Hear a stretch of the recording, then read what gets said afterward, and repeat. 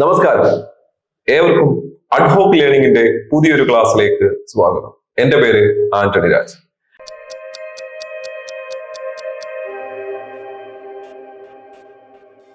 ഈ ക്ലാസ്സിൽ നമ്മൾ പഠിക്കാൻ പോകുന്നത് 2023 ഓഗസ്റ്റ് മാസത്തെ കറണ്ട് അഫയേഴ്സിന്റെ രണ്ടാമത്തെ ഭാഗമാണ്. ഓക്കെ, അപ്പൊ ആദ്യ ഭാഗം കണ്ടിട്ടില്ലാത്തവർ അത് കണ്ടതിന് ശേഷം ഇങ്ങോട്ടേക്ക് വരിക. ആദ്യത്തെ പോയിന്റിലേക്ക് കിടക്കും. സയ്യിദ് തൽവാർ എന്ന് പറയുന്നത് ഇന്ത്യയും UAEയും തമ്മിലുള്ള ഒരു സംയുക്ത സൈനിക അഭ്യാസമാണ്.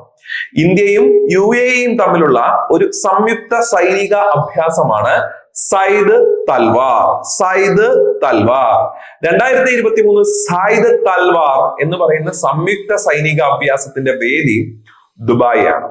സയ്യിദ് തൽവാർ എന്ന സംയുക്ത സൈനിക അഭ്യാസത്തിന്റെ 2023 വേദി ദുബായ് ആണ്. ഇതാണ് നമ്മൾ പഠിച്ച ആദ്യത്തെ പോയിന്റ്. ശരി, അടുത്ത പോയിന്റ്. വനിതാ ക്രിക്കറ്റ് താരങ്ങൾക്കും പുരുഷ ക്രിക്കറ്റ് താരങ്ങൾക്കും തുല്യവേതനം, അല്ലെ? ഈ നിയമം പാസാക്കിയ ലോകത്തിലെ ആദ്യത്തെ രാജ്യം ന്യൂസിലാൻഡ് ആയിരുന്നു, അല്ലെ? വനിതാ ക്രിക്കറ്റ് താരങ്ങൾക്കും പുരുഷ ക്രിക്കറ്റ് താരങ്ങൾക്കും തുല്യവേതനം നൽകാൻ തീരുമാനിച്ച ആദ്യത്തെ രാജ്യമാണ് ന്യൂസിലാൻഡ്. കിവി പക്ഷികളുടെ നാട് എന്നൊക്കെ അറിയപ്പെടുന്ന ന്യൂസിലാൻഡ്, അല്ലെ? അല്ലെങ്കിൽ വനിതകൾക്ക് ആദ്യമായി വോട്ടിംഗ് അവകാശം ഏർപ്പെടുത്തിയ രാജ്യം ന്യൂസിലാൻഡ്. ഇങ്ങനെയൊക്കെ ന്യൂസിലാൻഡിനെ നമ്മൾ കേട്ടിട്ടുള്ളതാണ്. പക്ഷെ ഇവിടെ നമ്മുടെ ചോദ്യം അതല്ല. വനിതാ ക്രിക്കറ്റ് താരങ്ങൾക്കും പുരുഷ ക്രിക്കറ്റ് താരങ്ങൾക്കും തുല്യവേതനം പ്രഖ്യാപിച്ച മൂന്നാമത്തെ രാജ്യം ഏത്? അതാണ് സൗത്ത് ആഫ്രിക്ക. അപ്പൊ വനിതാ ക്രിക്കറ്റ് താരങ്ങൾക്കും പുരുഷ ക്രിക്കറ്റ് താരങ്ങൾക്കും തുല്യവേതനം പ്രഖ്യാപിച്ച മൂന്നാമത്തെ രാജ്യം സൗത്ത് ആഫ്രിക്ക. South Africa. രണ്ടാമത്തെ രാജ്യം ഏതാണ്? രണ്ടാമത്തെ രാജ്യം അത് ഇന്ത്യയാണ്. അപ്പൊ വനിതാ ക്രിക്കറ്റ് താരങ്ങൾക്കും പുരുഷ ക്രിക്കറ്റ് താരങ്ങൾക്കും തുല്യവേതനം പ്രഖ്യാപിച്ച ആദ്യ രാജ്യം ന്യൂസിലാൻഡ്, രണ്ടാമത്തെ രാജ്യം നമ്മുടെ ഇന്ത്യ, മൂന്നാമത്തെ രാജ്യം സൗത്ത് ആഫ്രിക്ക. അപ്പൊ അത് ക്ലിയർ ആയി. ഇനി അടുത്തത് നെഹ്റു ട്രോഫി വള്ളംകളി. 69ാമത് നെഹ്റു ട്രോഫി വള്ളംകളി, അല്ലെ? പഴയ പേര് പ്രൈം മിനിസ്റ്റേഴ്സ് ട്രോഫി എന്നുള്ളതായിരുന്നു. അപ്പോൾ 69ാമത് നെഹ്റു ട്രോഫി വള്ളംകളിയിൽ ആര് ജേതാക്കളായി? ഒന്ന് അറിഞ്ഞിച്ചു. വിയപുരം ചുണ്ടൻ.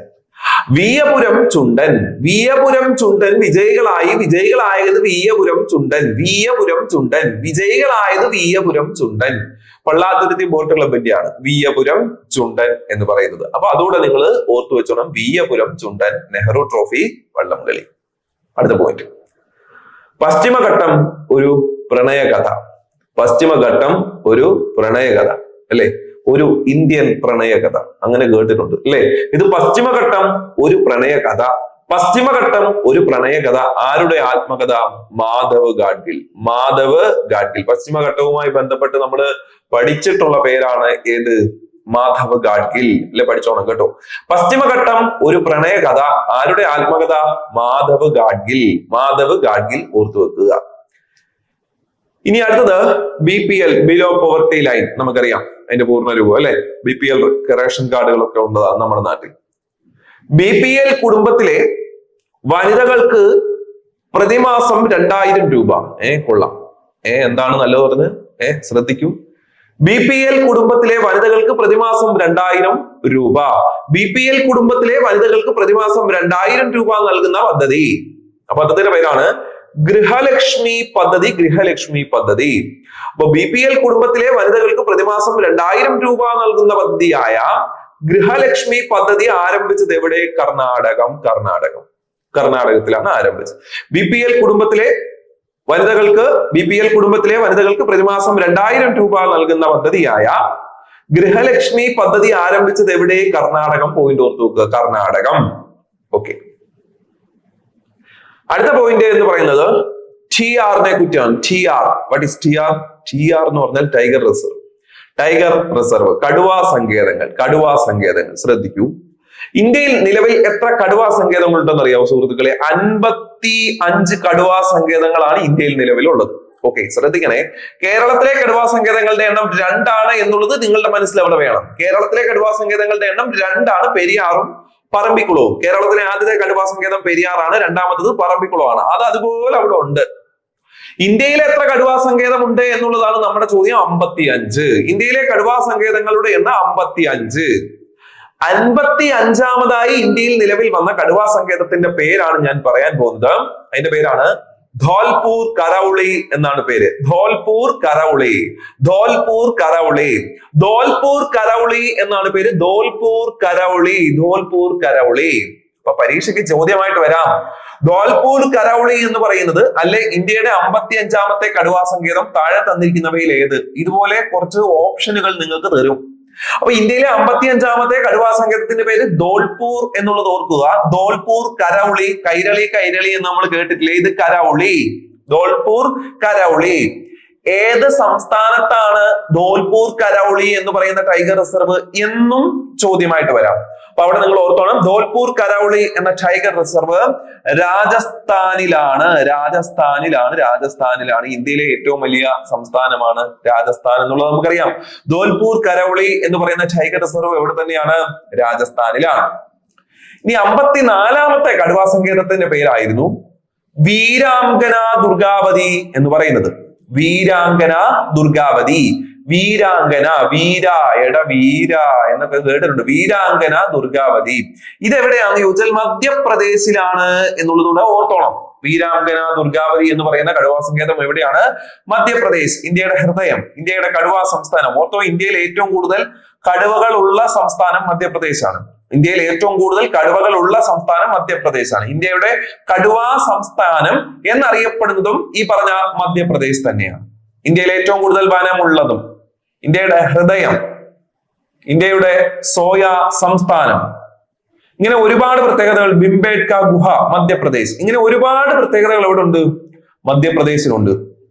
സിമ്പിൾ ആയിട്ട് ഓർക്കാം. എന്ത്? വനം കൂടുതലാണെങ്കിൽ അവിടെ എല്ലാം കടുവയുണ്ടല്ലോ. എന്നാലോചിക്കൂ, വനം കൂടുതലാണ്, അവിടെ എല്ലാം കടുവയുണ്ട്. ഈ വനം മുഴുവൻ സോയാബീനാണ്, സോയാബീനാണ്, സോയാബീനാണ്. ആ കാട്ടിൽ ഒരു ഗുഹയുണ്ട്, ആ കാട്ടിൽ ഒരു ഗുഹയുണ്ട്. ഇത്രയും കാര്യങ്ങൾ ആലോചിച്ചു. അപ്പൊ വനം കൂടുതലുള്ള സംസ്ഥാനം, കടുവകൾ കൂടുതലുള്ള സംസ്ഥാനം, ഇന്ത്യയുടെ കടുവാ സംസ്ഥാനം, ഇന്ത്യയുടെ സോയാ സംസ്ഥാനം, ഗുഹയുണ്ട്. ഭിംബേട്ക ഗുഹ അത് മധ്യപ്രദേശിൽ. ഭിംബേട്ക ഗുഹ മധ്യപ്രദേശ്. പിന്നെ മധ്യപ്രദേശ് ഹൃദയം, ഇന്ത്യയുടെ ഹൃദയമാണ്, ഇന്ത്യയുടെ ഹൃദയമാണ്. അപ്പൊ ഇങ്ങനെ ഒരുപാട് പ്രത്യേകത ഏതിനുണ്ട്? മധ്യപ്രദേശിനുണ്ട്. തിരിച്ചു വരട്ടെ. അപ്പൊ ഈ വീരാംഗന ദുർഗാവതി എന്ന് പറയുന്ന കടുവാ സങ്കേതം മധ്യപ്രദേശിലാണ്. അതാണ് നമ്മൾ അവിടെ പഠിച്ചത്. അടുത്തത് അപ്പൊ 55ആയി, 54ആയി, 55ആയി, 54ആയി. ഇനി അടുത്തത് പറയുന്ന 53ാമത്തെ കടുവാ സങ്കേതം, ഇന്ത്യയിലെ 53ാമത്തെ കടുവാ സങ്കേതം. അതിന്റെ പേരാണ് റാണിപൂർ കടുവാ സങ്കേതം. റാണിപൂർ എന്ന കടുവാ സങ്കേതം. റാണിപൂർ കടുവാ സങ്കേതം എവിടെയാണെന്ന് ചോദിച്ചാൽ അത് ഉത്തർപ്രദേശിലാണ്. റാണിപൂർ കടുവാ സങ്കേതം, റാണിപൂർ കടുവാ സങ്കേതം എവിടെയാണെന്ന് ചോദിച്ചാൽ അത് ഉത്തർപ്രദേശിലാണ്. ഉത്തർപ്രദേശ്. ഓരോ സംസ്ഥാനങ്ങളെ കുറിച്ച് നമ്മൾ വിശദമായിട്ട് പിന്നീട് ചെയ്യാം. അടുത്തത് രാംഗഡ് വസ്താരി. രാംഗഡ് വസ്താരി അതെവിടെയാണെന്ന് ചോദിച്ചാൽ രാജസ്ഥാനിലാണ്. രാജസ്ഥാൻ, രാജസ്ഥാൻ. നിങ്ങൾ ഇങ്ങനെ ഓർക്കൂ, റാംരാജ് എന്നുള്ളത് കേട്ടിട്ടില്ലേ? റാംരാജ്, റാംരാജ്, റാംരാജ് മുണ്ടുകൾക്ക് സല്യൂട്ട് എന്ന് നമ്മൾ കേട്ടിട്ടുണ്ട്. സോ രാംഗഡ് വസ്താരി രാജസ്ഥാൻ എന്നുള്ളത് അങ്ങനെ നിങ്ങൾക്ക് അവിടെ വേണമെങ്കിൽ കണക്ട് ചെയ്യാം. അടുത്തത് ഇപ്പൊ 54, 55, 54, 53, 52 വരെ പറഞ്ഞു. 52. ഇനി 51ാമത്തെ കടുവാ സങ്കേതമായിരുന്നു ശ്രീവില്ലിപുത്തൂർ മേഘമല. എന്താണ് ഞാൻ പറഞ്ഞത്? ശ്രീവില്ലിപുത്തൂർ മേഘമല. ശ്രീവില്ലിപുത്തൂർ മേഘമല കേട്ടോ. അത് തമിഴ്നാട്ടിലാന്നേ, തമിഴ്നാട്ടിലാണ്. ശ്രീവില്ലിപുത്തൂർ മേഘമല കടുവാ സങ്കേതം എവിടെയാണ്? അത് തമിഴ്നാട്ടിലാണ്. ഓക്കെ, അപ്പൊ അതും ക്ലിയർ ആയി. 50ാമത്തെ കടുവാ സങ്കേതമായിരുന്നു കാംലാങ്. ഏതാ? കാംലാങ്. കാംലാങ് എന്ന് പറയുന്ന കടുവാ സങ്കേതം അരുണാചൽ പ്രദേശിലാണ്. അരുണാചൽ പ്രദേശ്, അരുണാചൽ പ്രദേശ്. 50ാമത്തെ കടുവാ സങ്കേതമാണ് കാംലാങ്. അതെവിടെയാണെന്ന് ചോദിച്ചാല് അരുണാചൽ പ്രദേശ്. 51, 50 ശ്രദ്ധിക്കും. 55, 54, 53, 52, 51, 50 ഇത് അത്രയും കടുവാ സങ്കേതം ഏറ്റവും ലേറ്റസ്റ്റ് ആയിട്ട് വന്ന കടുവാ സങ്കേതങ്ങളെല്ലാം നമ്മൾ ഇവിടെ ചർച്ച ചെയ്തിട്ടുണ്ട്. അപ്പൊ അതൊന്ന് നിങ്ങൾ ഓർത്തിരിക്കുക. ധോൽപൂർ കരൗളി രാജസ്ഥാൻ, വീരാംഗന ദുർഗാവതി മധ്യപ്രദേശ്, റാണിപൂർ ഉത്തർപ്രദേശ്, രാംഗഡ് വസ്താരി രാജസ്ഥാൻ, ശ്രീവില്ലിപുത്തൂർ മേഘമല തമിഴ്നാട്, കാംലാങ് അരുണാചൽ പ്രദേശ്. ഇനി അടുത്ത പോയിന്റിലേക്ക് കിടക്കാം. Operation cocktail. ഓപ്പറേഷൻ കോക്ടെയിൽ ഇത് വിജിലൻസ് നടത്തിയ ഒരു പരിശോധന അറിയപ്പെടുന്നതാണ് ഓപ്പറേഷൻ കോക്ടെയിൽ. Operation cocktail. വേറൊരു ഓപ്പറേഷൻ ഉണ്ടായിരുന്നേ, operation stepney, operation stepney. Driving സ്കൂളുകളിൽ വിജിലൻസ് നടത്തിയ പരിശോധന അറിയപ്പെടുന്നതായിരുന്നു ഓപ്പറേഷൻ സ്റ്റെപ്പിനി. ഡ്രൈവിംഗ് സ്കൂളുകളിൽ നമ്മുടെ വിജിലൻസ് നടത്തിയ പരിശോധന അറിയപ്പെടുന്നത് ഓപ്പറേഷൻ സ്റ്റെപ്പിനി ആയിരുന്നു. അത് അവിടെ കിടന്നോട്ട്. ഇവിടെ ഓപ്പറേഷൻ കോക്ടെയിൽ എന്താണെന്ന് ചോദിച്ചാൽ എക്സൈസ് ഓഫീസുകളിൽ വിജിലൻസ് നടത്തിയ പരിശോധന അറിയപ്പെടുന്ന പേരാണ്. അപ്പൊ എക്സൈസ് ഓഫീസിലെ അഴിമതിയെ കുറിച്ചൊക്കെ പരിശോധിക്കുന്നതിനായിട്ട് എക്സൈസ് ഓഫീസിലോട്ട് വിജിലൻസുകാർ വന്നിട്ട് പറയും, നിങ്ങൾ സിനിമയ്ക്കകത്തൊക്കെ കാണുന്ന പോലെ വി ആർ ഫ്രം വിജിലൻസ്, കണ്ടോ, അതിന്റെ പേരാണ് എന്ത്, ഓപ്പറേഷൻ കോക്ടെയിൽ. അപ്പൊ കോക്ടെയിലും എക്സൈസും തമ്മിൽ എങ്ങനെ ചെയ്യാം, അവിടെ ചെറിയൊരു ബന്ധമുണ്ട് അല്ലെ. ശരി, ഇനി അടുത്തത്, യൂണിഫോം സിവിൽ കോഡിനെതിരെ പ്രമേയം പാസാക്കിയ ഇന്ത്യയിലെ ആദ്യത്തെ സംസ്ഥാനം ഏത് എന്ന് ചോദിച്ചാൽ അത് കേരളമാണ്. യൂണിഫോം സിവിൽ കോഡിനെതിരെ പ്രമേയം പാസാക്കിയ ഇന്ത്യയിലെ ആദ്യത്തെ സംസ്ഥാനമാണ് കേരളം. അപ്പൊ ഈ ഒരു ഭാഗത്ത് അത്രയും കാര്യങ്ങൾ നിങ്ങൾ ഇവിടെ ഓർക്കുക. ഇവിടെ നമ്മളൊരു 55 മുതൽ 55 വരെയുള്ള കടുവാ സങ്കേതങ്ങളുടെ പേര് ഉൾപ്പെടെ ഇവിടെ നമ്മൾ പറഞ്ഞിട്ടുണ്ട് കേട്ടോ.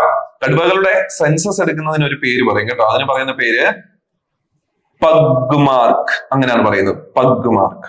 ഒരു കാര്യം, ലോക കടുവാ ദിനം എന്ന് പറയുന്നത് ജൂലൈ 29 ലോക കടുവാ ദിനം ജൂലൈ 29. ശരി, അടുത്ത ഒരു ഭാഗത്തേക്ക് പോവാം. ഈ ഒരു ഭാഗത്തേക്ക് പോവാം, ശ്രദ്ധിക്കും. ആംഗ്യഭാഷയെ ഔദ്യോഗിക ഭാഷയായി അംഗീകരിച്ച രാജ്യം ഏത്? ഈ അടുത്തിടയ്ക്ക് ഏകദേശം 142ഓളം രാജ്യങ്ങൾ ആംഗ്യഭാഷയെ ഔദ്യോഗിക ഭാഷയായിട്ട് അംഗീകരിച്ചിട്ടുണ്ട്. എന്നാൽ ഇവിടുത്തെ ചോദ്യം എന്താണ്? ആംഗ്യഭാഷയെ ഔദ്യോഗിക ഭാഷയായി അംഗീകരിച്ച 2023 അംഗീകരിച്ച രാജ്യമാണ് സൗത്ത് ആഫ്രിക്ക. ഓർത്തു വെച്ചോളൂ, സൗത്ത് ആഫ്രിക്ക. ഇവിടെ സൗത്ത് ആഫ്രിക്കയുമായി ബന്ധപ്പെട്ട ഒരു പോയിന്റ് നമ്മൾ പഠിച്ചായിരുന്നു. വനിതാ ക്രിക്കറ്റ് താരങ്ങൾക്കും പുരുഷ ക്രിക്കറ്റ് താരങ്ങൾക്കും തുല്യവേതനം, മൂന്നാമത്തെ രാജ്യം സൗത്ത് ആഫ്രിക്ക എന്ന പോയിന്റ് നമ്മൾ അവിടെ ചർച്ച ചെയ്തിരുന്നു. ഇവിടെ വീണ്ടും ഒരു സൗത്ത് ആഫ്രിക്കയുടെ പോയിന്റ് വന്നു. എന്ത്? ആംഗ്യഭാഷയെ ഔദ്യോഗിക ഭാഷയായി അംഗീകരിച്ച രാജ്യമാണ് ഏത്? South Africa. അടുത്ത പോയിന്റ്, 14ാമത് വേൾഡ് സ്പൈസസ് കോൺഗ്രസിന്റെ വേദി ഏത്? 14ാമത് വേൾഡ് സ്പൈസസ് കോൺഗ്രസിന്റെ വേദി 2023 വർഷം. 14ാമത് വേൾഡ് സ്പൈസസ് കോൺഗ്രസിന്റെ വേദിയാണ് മുംബൈ. പഠിച്ചു വെച്ചോളൂ, മുംബൈ ആണ്. 14ാമത് വേൾഡ് സ്പൈസസ് കോൺഗ്രസിന്റെ വേദി ഏത് എന്ന് ചോദിച്ചാൽ അത് മുംബൈ ആണ്. 14ാമത് വേൾഡ് സ്പൈസസ് കോൺഗ്രസിന്റെ വേദി മുംബൈ ആണ്. എന്നാൽ 6ാമത് 2023 തന്നെയാണ് 6ാമത് ഇന്റർനാഷണൽ സ്പൈസസ് കോൺഗ്രസിന്റെ വേദി. 6ാമത് ഇന്റർനാഷണൽ സ്പൈസസ് കോൺഗ്രസിന്റെ വേദി എന്ന് പറയുന്നത് ചെന്നൈയാണ്. ചെന്നൈ കേട്ടോ. 6ാമത് ഇന്റർനാഷണൽ സ്പൈസസ് കോൺഗ്രസിന്റെ വേദി എന്ന് പറയുന്നത് ഏതാണ്? ചെന്നൈയാണ്. അപ്പൊ ഈ ഒരു 2 ഫാക്ടുകൾ കൂടെ നിങ്ങൾ എന്ത് ചെയ്യണം? അവിടെ ഓർത്തിരിക്കുക. ഓക്കെ, ഇനി അടുത്തത് കീർത്തിചക്ര. ഓക്കെ, കീർത്തിചക്ര 2023 4 പേർക്ക് പ്രഖ്യാപിച്ചിട്ടുണ്ട്. പരീക്ഷയ്ക്ക് ചോദ്യമായിട്ട് വരാം. ഒന്ന് പഠിച്ചു വെച്ചോ. ദിലീപ് കുമാർ ദാസ് ഒരാള്, ദിലീപ് കുമാർ ദാസ്. രാജ്കുമാർ യാദവ്, ബബ്ലു റബ്ബ, ശംഭു റോയി എന്നിവരാണ് അവർ. ശംഭു റോയി. ഇപ്പോ എങ്ങനെയൊക്കെ ഓർത്തിരുന്നു? ദിലീപ് കുമാറും രാജ്കുമാറും ഒരുമിച്ച് ഓർക്കാം. ദിലീപ് കുമാർ ദാസ്, രാജ്കുമാർ യാദവ്. ദിലീപ് കുമാർ ദാസ്, രാജ്കുമാർ യാദവ്. ബബ്ലു റബ്ബ,